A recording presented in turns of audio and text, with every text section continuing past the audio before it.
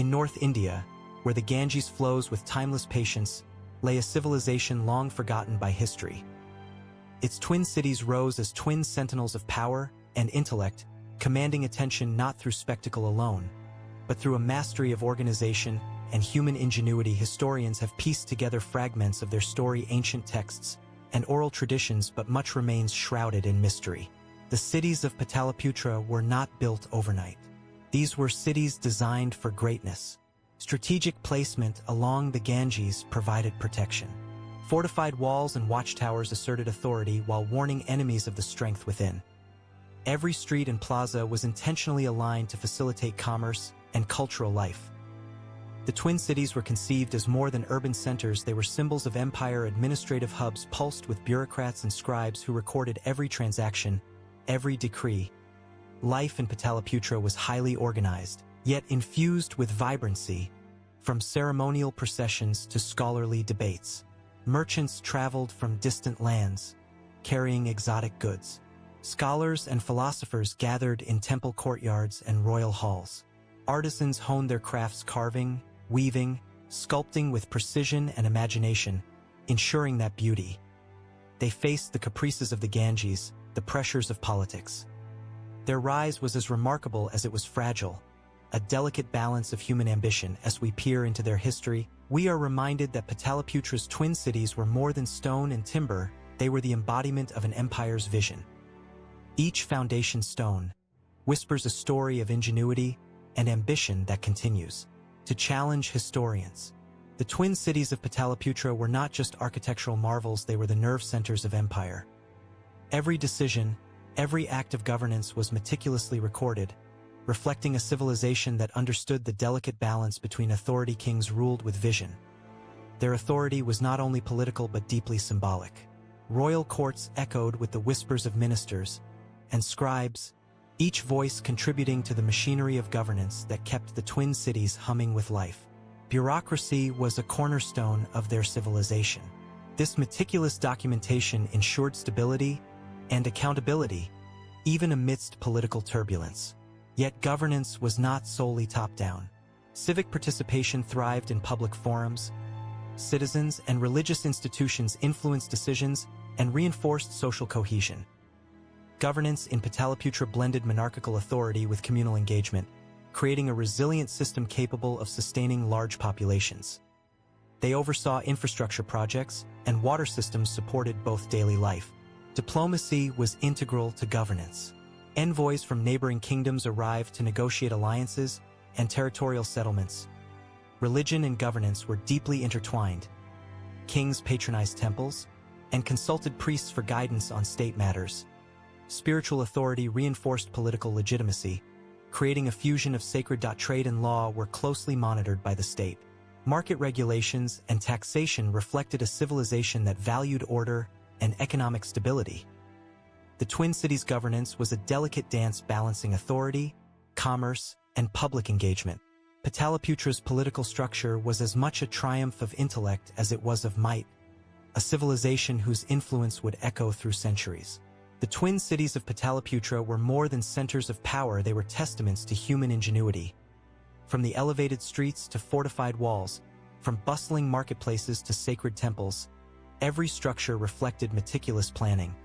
Strategically positioned along the banks of the Ganges, the cities harnessed the river's life-giving force. Every element, from streets to aqueducts, was carefully designed to support population growth and civic life. City walls were formidable. Crafted with precision, they served as defense. Gates controlled access, ensuring that Pataliputra remained secure while projecting power to both citizens and visitors. Public spaces were designed with functionality and grandeur in mind. Marketplaces teemed with merchants, artisans, and travelers. Architectural innovation extended to religious structures. Housing reflected both social hierarchy and communal cohesion. Residences ranged from modest homes for artisans to expansive compounds for elite families. The twin cities of Pataliputra were living organisms, where architecture and urban planning converged to sustain life and governance. The twin cities of Pataliputra thrived not only through governance and culture, but through a bustling, intricate economy that connected them to the wider world. Markets pulsed with life, teeming with merchants and traders who brought goods from distant lands, textiles from the east, metals from the mountains, spices from southern regions all converged here. Creating a marketplace trade was meticulously regulated. Guilds organized artisans and craftsmen, protecting trade secrets and representing collective interests before the authorities. Commerce was not chaotic, it was structured and deeply intertwined with civic life, reflecting a civilization that understood the necessity of order in economic prosperity. The Ganges served as a highway for goods. Docks and storage facilities lined the riverbanks. Trade was a lifeline, a source of wealth, and a tool of influence, connecting Pataliputra to kingdoms far beyond its borders. Craftsmanship flourished in tandem with commerce. Workshops produced pottery and tools with remarkable skill. Artisans integrated imported techniques with local styles, creating products that were practical, beautiful, and sought after across regions. The economy was therefore not merely transactional. It was a canvas of creativity and cultural expression. Life in the twin cities of Pataliputra was steeped in spirituality, where religion and daily existence were inseparable. Temples rose along the riverbanks and city squares, their spires and pillars etched with stories of gods. These sacred spaces were more than places of worship, they were centers of learning and civic engagement. Festivals marked the changing seasons and celestial alignments. Citizens, from elite families to artisans, participated in communal ceremonies, reinforcing social bonds. The twin cities were also a melting pot of philosophical thought. Hindu, Buddhist, and Jain traditions coexisted, and culture. Temples served as lecture halls where debates on ethics and cosmology unfolded. Citizens engaged in dialogue and reflection, cultivating a populace attuned to both spiritual. Sacred art and architecture reflected devotion. Murals illustrated myths, cosmologies, and moral lessons. These works were not mere decoration, they were visual teachings, guiding citizens in an ethical conduct, blending artistic mastery with spiritual insight. Travelers arrived from distant regions and knowledge. Monks and scholars exchanged ideas with local communities, enriching the twin cities' intellectual. This constant flow of people and ideas reinforced Pataliputra's reputation as a center of learning. Kings patronized temples, supported ritual activities. Festivals and ceremonies displayed both political power, creating a fusion of sacred. Every ritual, every festival, every sacred space was woven into the daily rhythm of life.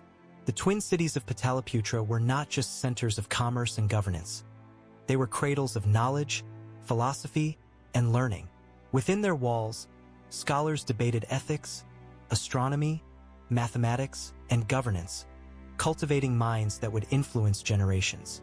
Education was woven into the fabric of urban life, ensuring that intellectual growth was as integral as trade, ritual, or politics. Temples, monasteries, and royal halls doubled as institutions of learning. Students, scribes, and philosophers gathered in courtyards and lecture spaces, studying texts, interpreting scriptures, and engaging in debates. These discussions were not purely theoretical. They informed civic decision-making, legal codes, and societal norms, creating a direct link between intellectual life and practical governance. Literacy and record-keeping were highly developed. Scribes maintained meticulous accounts of trade, taxation, and royal decrees, while scholars transcribed texts on philosophy, mathematics, astronomy, and law. These written works preserved the civilization's knowledge, allowing it to endure even when political fortunes shifted.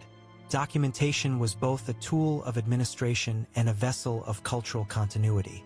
Innovation thrived alongside tradition.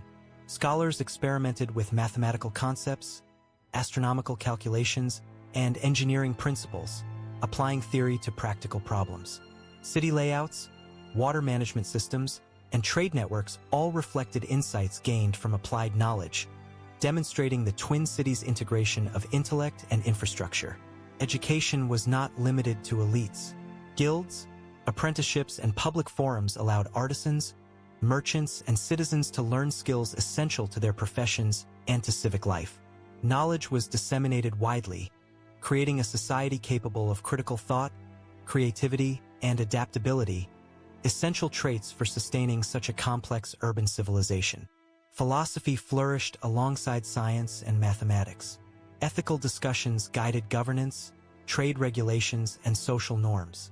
Monks and scholars debated questions of morality, law, and human behavior, ensuring that intellectual life was deeply entwined with societal well-being. Temples, public spaces, and libraries became arenas for dialogue, reflection, and the cultivation of wisdom. Cultural transmission was constant. Traveling scholars, pilgrims, and traders brought foreign ideas, texts, and innovations, enriching local thought. The Twin Cities absorbed these influences, synthesizing them with indigenous knowledge to produce a uniquely dynamic intellectual culture. This fluid exchange of ideas reinforced Pataliputra's reputation as a center of learning across the subcontinent. Art, literature, and science were interconnected. Mathematical principles informed architectural design. Philosophical ideas influenced poetry, ritual, and art. Civic planning incorporated scientific observations of rivers, terrain, and climate. In every sphere, knowledge was applied, demonstrating a civilization that valued both theoretical insight and practical implementation. The intellectual achievements of Pataliputra's Twin Cities stand as a testament to human curiosity, discipline, and creativity. They remind us that civilizations endure not only through power and wealth, but through the cultivation of wisdom, education, and the relentless pursuit of understanding. In these cities, every street, every hall, every artifact whispered lessons in learning, leaving a legacy that continues to inspire scholars and dreamers alike. The Twin Cities of Pataliputra were alive, not just with governance or commerce, but with vibrant art, culture, and daily human rhythm. Streets bustled with the hum of conversation, the clatter of markets, and the melodies of musicians. Citizens of every class participated in a shared tapestry of civic life, where creativity and culture were inseparable from survival and identity. Artisans worked tirelessly in workshops, crafting pottery, textiles, jewelry, and sculpture. Each piece told a story, mythological, spiritual, or historical, capturing the imagination, faith, and aesthetics of the time. Terracotta figurines, carved stone reliefs, and intricate metalwork adorned homes, temples, and public spaces, transforming urban landscapes into living galleries of cultural expression. Music and performance were woven into the city's heartbeat. Street performers, temple musicians, and royal orchestras brought melody to everyday life, while dance and theater illustrated moral tales, historical victories, and religious narratives. Festivals became grand spectacles, blending ritual, artistry, and communal celebration. These performances were not mere entertainment. They were tools of education, social cohesion, and cultural memory. Daily life reflected both sophistication and pragmatism. Residential quarters were organized to balance privacy and communal interaction. Courtyards, gardens, and shared spaces allowed neighbors to engage socially while maintaining order and hierarchy. Hygiene, water supply, and sanitation were meticulously managed, demonstrating that civilization thrived through both beauty and functionality. Cuisine played its own role in cultural identity. Markets supplied grains, spices, fruits, and fish from nearby rivers and distant lands. Food was not only sustenance, it was a medium of tradition, ritual, and social interaction. Festivals, religious ceremonies, and civic gatherings were accompanied by elaborate meals, reinforcing bonds and shared heritage. Education and culture intersected daily life. Children learned trades, literacy, and philosophy simultaneously. Apprenticeships in craft workshops ensured skills were passed down, while elders and scholars guided ethical, spiritual, and civic understanding. The Twin Cities cultivated citizens who were not only skilled but aware of their roles in the larger civic, cultural, and spiritual ecosystem.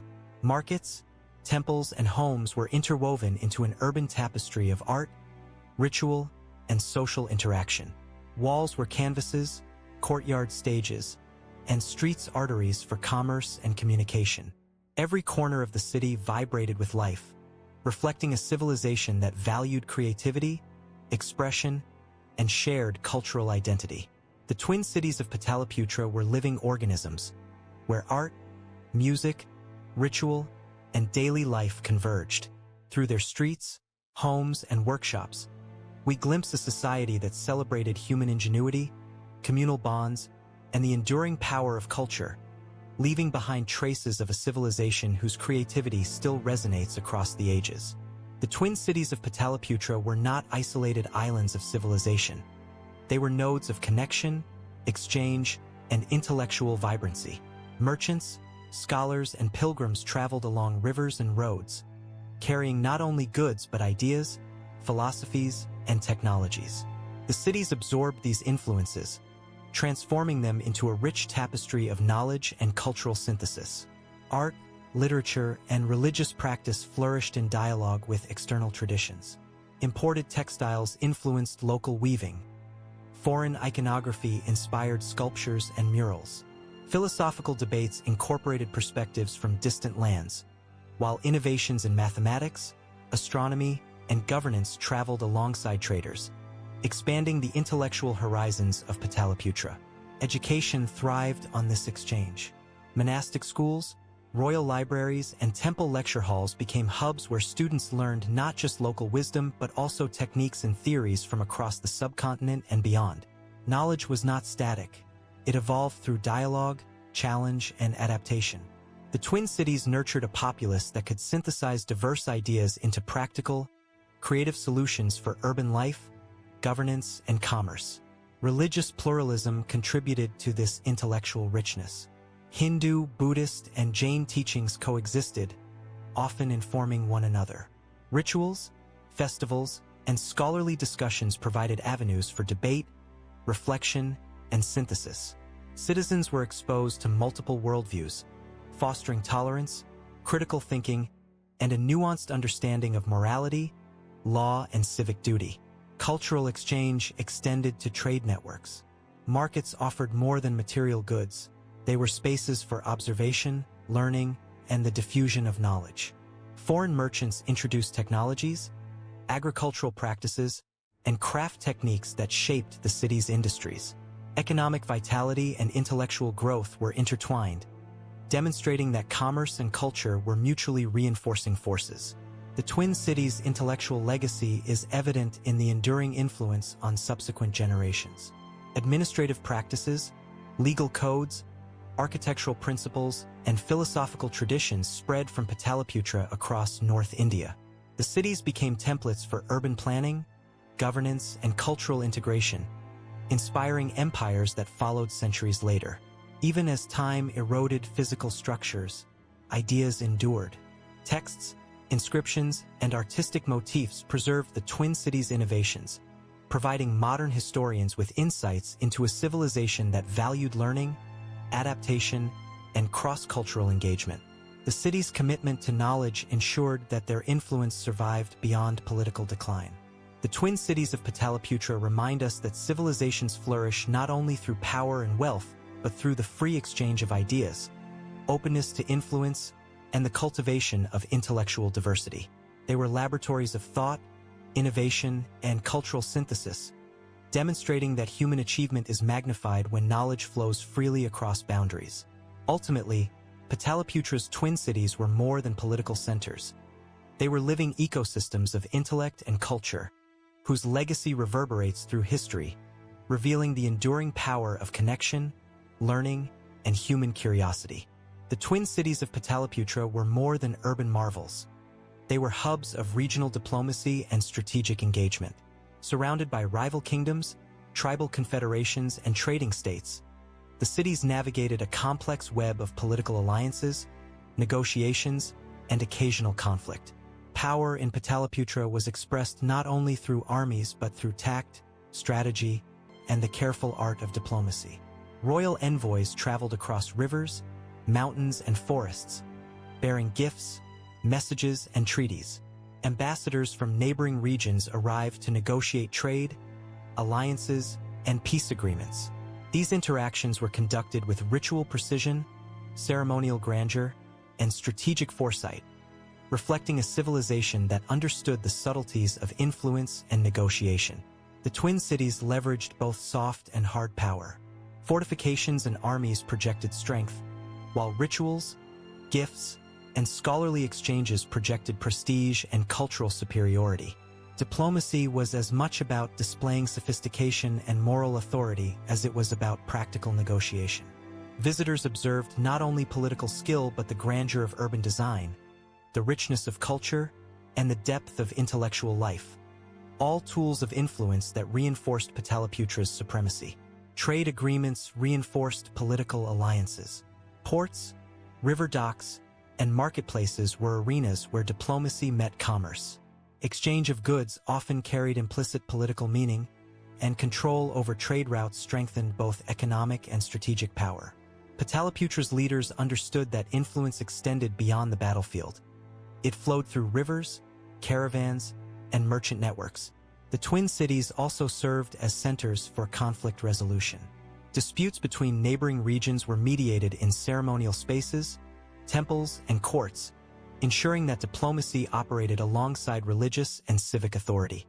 Decisions made in these urban halls often had far-reaching consequences, shaping alliances, territorial boundaries, and regional stability for generations.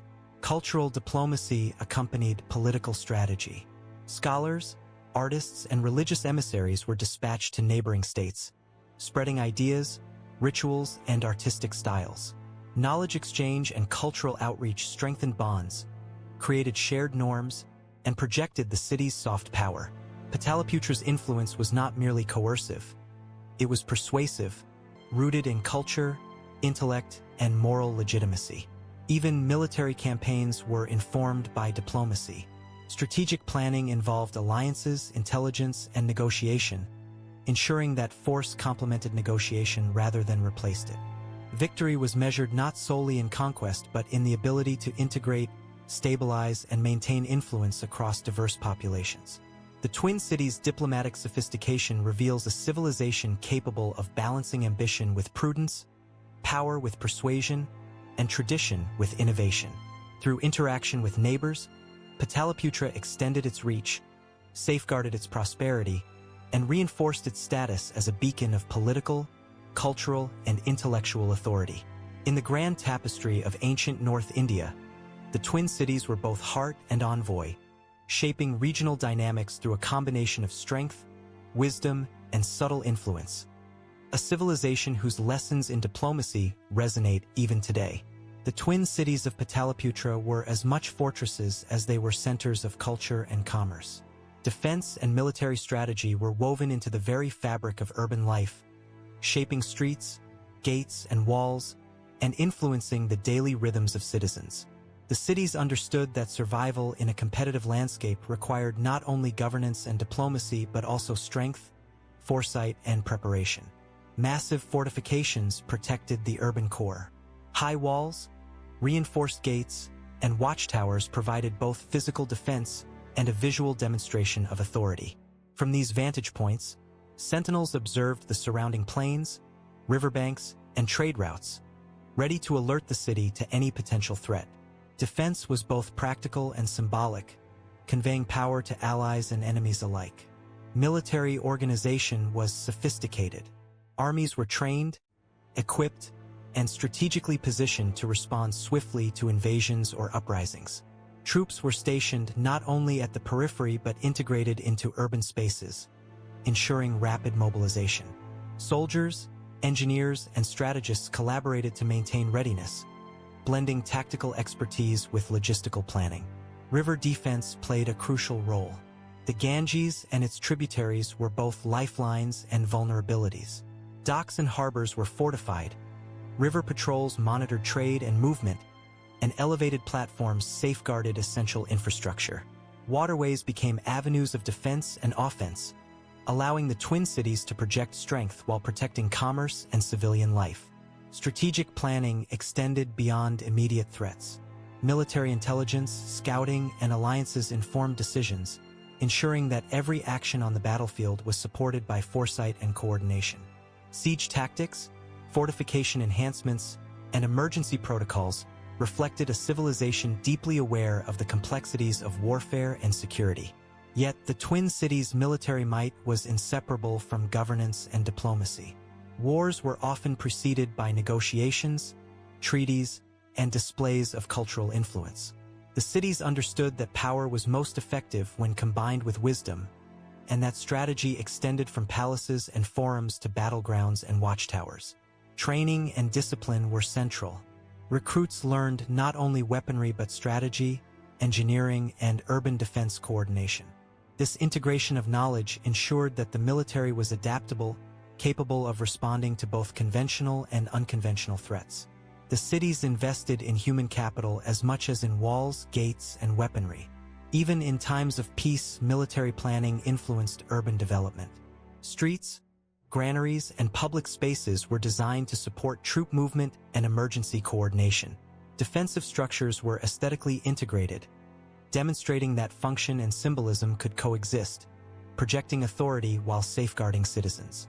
The twin cities of Pataliputra reveal a civilization that understood the interdependence of military strength, strategic planning, and civic order.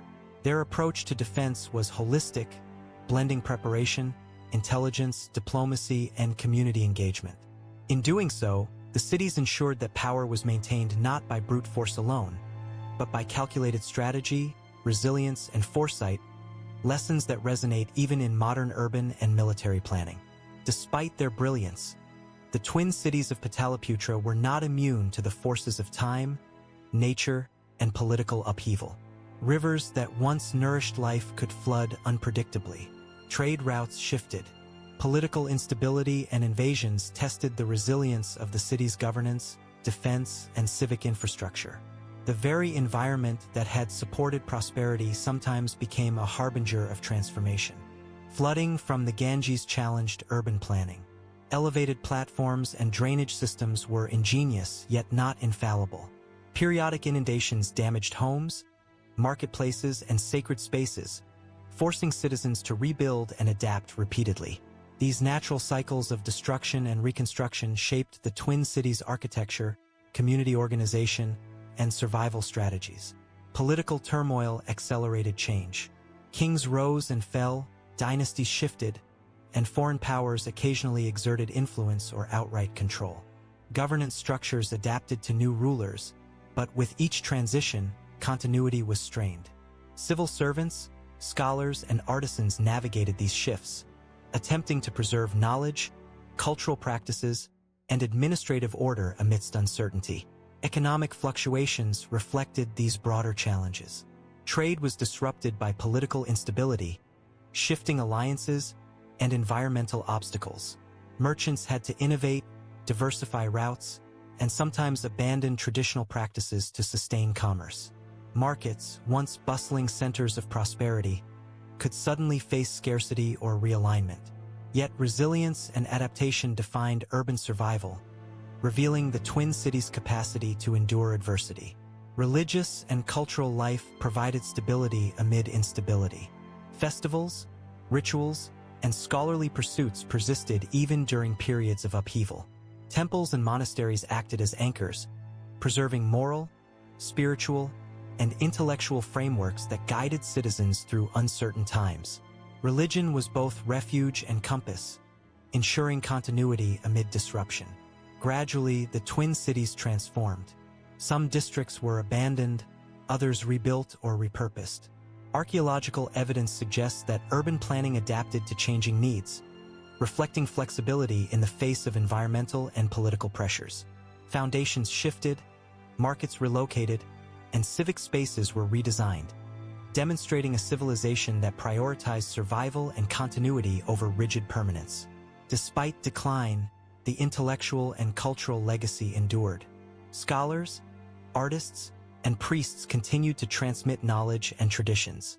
Ideas originating in the twin cities spread to neighboring regions, ensuring that even as physical structures crumbled, the influence of Pataliputra persisted across centuries. The twin cities' decline teaches us that civilizations are dynamic, vulnerable, and resilient simultaneously. Prosperity is never permanent, yet the ingenuity, adaptability, and wisdom cultivated by a society can echo long after its physical presence fades.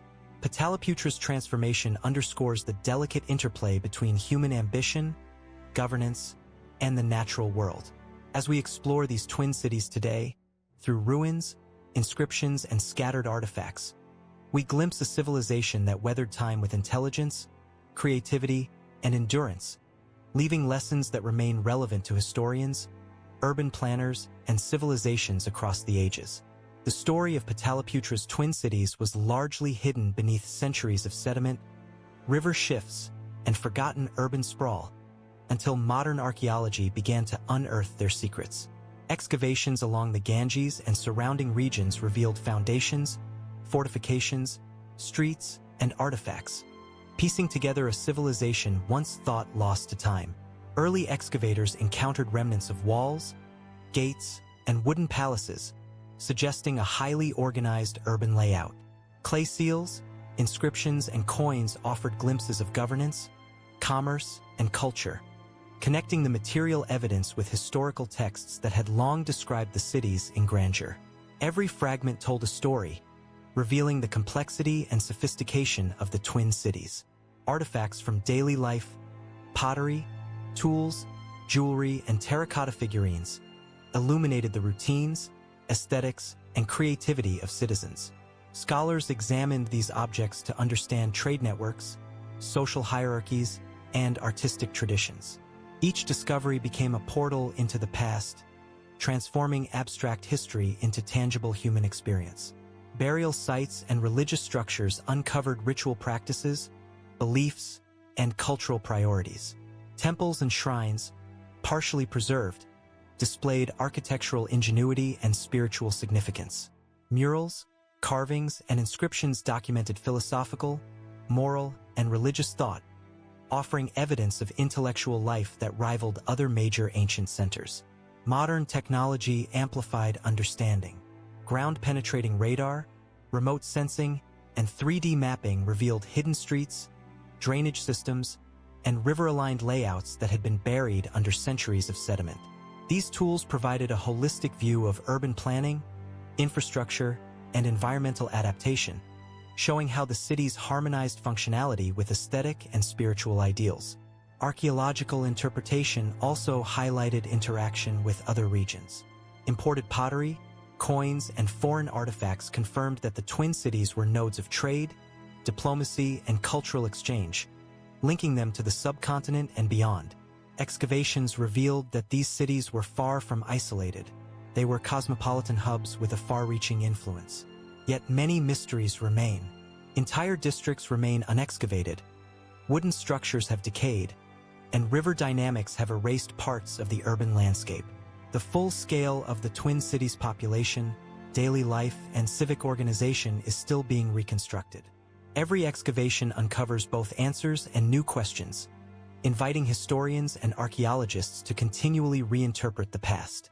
Modern exploration of Pataliputra's twin cities underscores the fragility and resilience of human civilization. It reminds us that time can bury brilliance, but careful study, technology, and curiosity can resurrect forgotten worlds, allowing us to witness the ingenuity, culture, and intellect of a civilization that shaped the course of history. Through archaeological discovery, the twin cities are no longer mere legends. They are tangible testaments to human creativity, adaptability, and enduring legacy, connecting us across millennia to a civilization whose brilliance continues to inspire awe. The twin cities of Pataliputra left a legacy that stretches far beyond their riverbanks, influencing urban planning, governance, culture, and intellectual life across centuries. Though the cities themselves faded, the principles they embodied, resilience, ingenuity, and integration of civic, spiritual, and intellectual life, resonated through the subcontinent and beyond. Architectural innovations, city layouts, and drainage systems inspired subsequent urban centers. Elevated streets, fortified gates, and river-aligned docks became models for future city planners, demonstrating the enduring relevance of strategic, human-centered design. Pataliputra was a template for resilience, blending practicality with grandeur and functionality with beauty. Governance structures influenced later empires. Administrative systems, codified laws, and tax collection methods preserved through inscriptions and texts show a civilization that valued order, fairness, and efficiency. Leaders in subsequent regions adopted and adapted these strategies, emphasizing the Twin Cities' role as a blueprint for political organization. Cultural and intellectual achievements left an indelible mark.